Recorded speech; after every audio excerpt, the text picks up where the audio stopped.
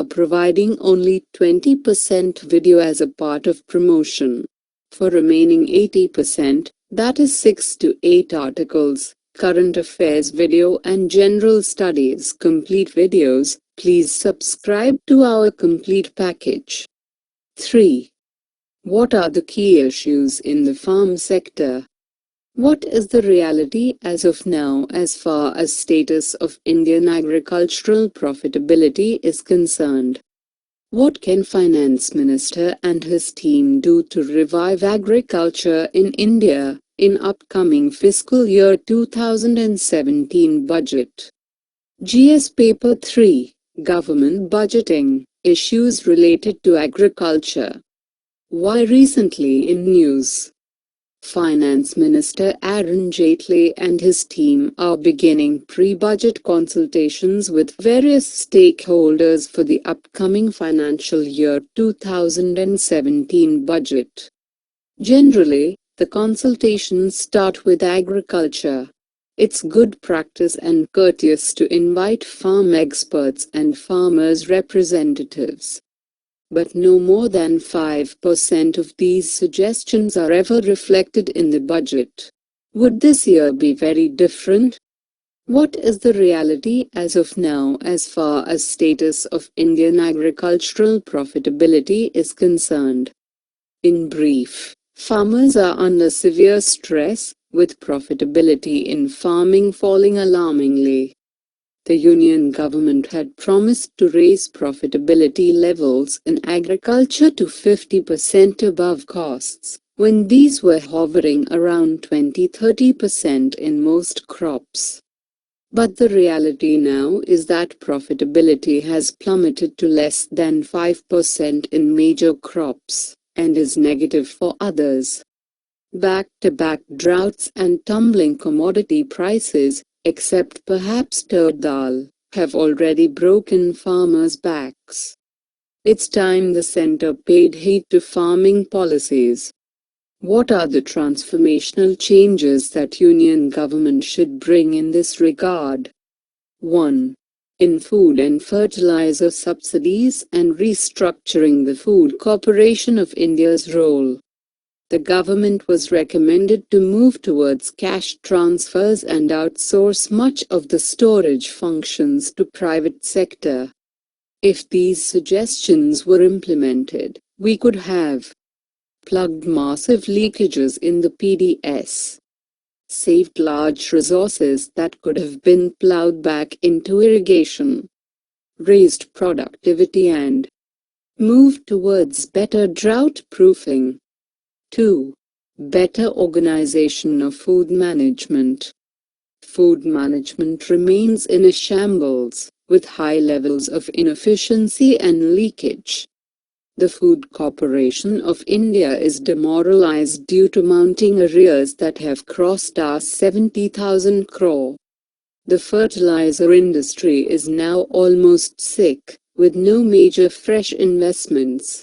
Production is stagnating and imports rising. The reason, again, is high and unpaid bills, crossing us 40,000 crore. The budget reallocation for these two subsidies hovers around Rs 200,000 crore. Another Rs 1,10,000 crore remains under the carpet as unpaid bills. The Finance Minister should be transparent in bringing this total of Rs 3,10,000 crore into the budget as explicit subsidies. He should then see where the fiscal deficit actually stands. 3. Recasting of existing crop insurance system. The existing crop insurance system isn't serving peasants well. Crop damages need to be assessed in a few days with the help of automatic weather stations, AWS, satellites, drones and low Earth orbits, LEOs. Compensation should be sent directly to farmers' accounts, with digitized farm records locked in with Jan Dhan accounts, Aadhaar and mobile numbers. Farmers are under severe stress. Delay not only means heavy political damage but also bad implementation of good policies. 4. Drought-proofing of Indian agriculture. Water is going to be increasingly critical for drought-proofing Indian agriculture. All sources of irrigation will have to be tapped. It may be worth noting that the time taken to complete major and medium irrigation schemes funded through the Rural Infrastructure Development Fund, RIDF, under NABARD, is much less than for those funded by the state. A transformational strategy could be doubling the allocation under the RIDF. 5. Agri-market reform is another transformational strategy that the government needs to work on for unifying markets. 4.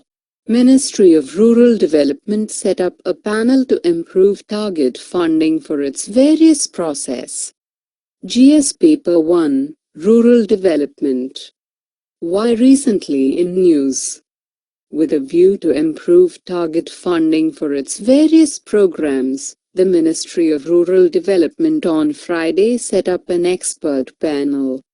The panel will mine data from the Socio-Economic Caste Census, SECC. The ministry will use it to identify specific sets of beneficiaries for each of its schemes. This will mark a significant shift from using poverty ratio as the basis of resource allocation to tackling poverty through its multidimensional aspects. The panel is headed by former Finance Secretary Sumit Bose. It is expected to submit its report within a month. Socio-Economic Caste Census, SECC. The SECC, tabulated through a process that factors in the multidimensionality of poverty, was an exercise launched by the UPA government to identify beneficiaries of subsidies and programs. While the caste and urban data remain unreleased, the socio-economic data on 17.91 crore rural households was released by the Rural Development Ministry in July last year. Deprivation of households is arrived at by first automatically excluding households owning certain assets, which is about 39.39% of rural households. This is followed by automatically including the poorest of the poor households. As per the SECC, this constitutes merely 0.92% of rural India. The way forward. Beneficiaries selected for each program will comprise everyone in the automatically included category, as well as those facing deprivation on program-specific indicators. SECC is a game changer as it does away with the concept of below poverty line and instead lends itself to a program-to-program beneficiary selection approach.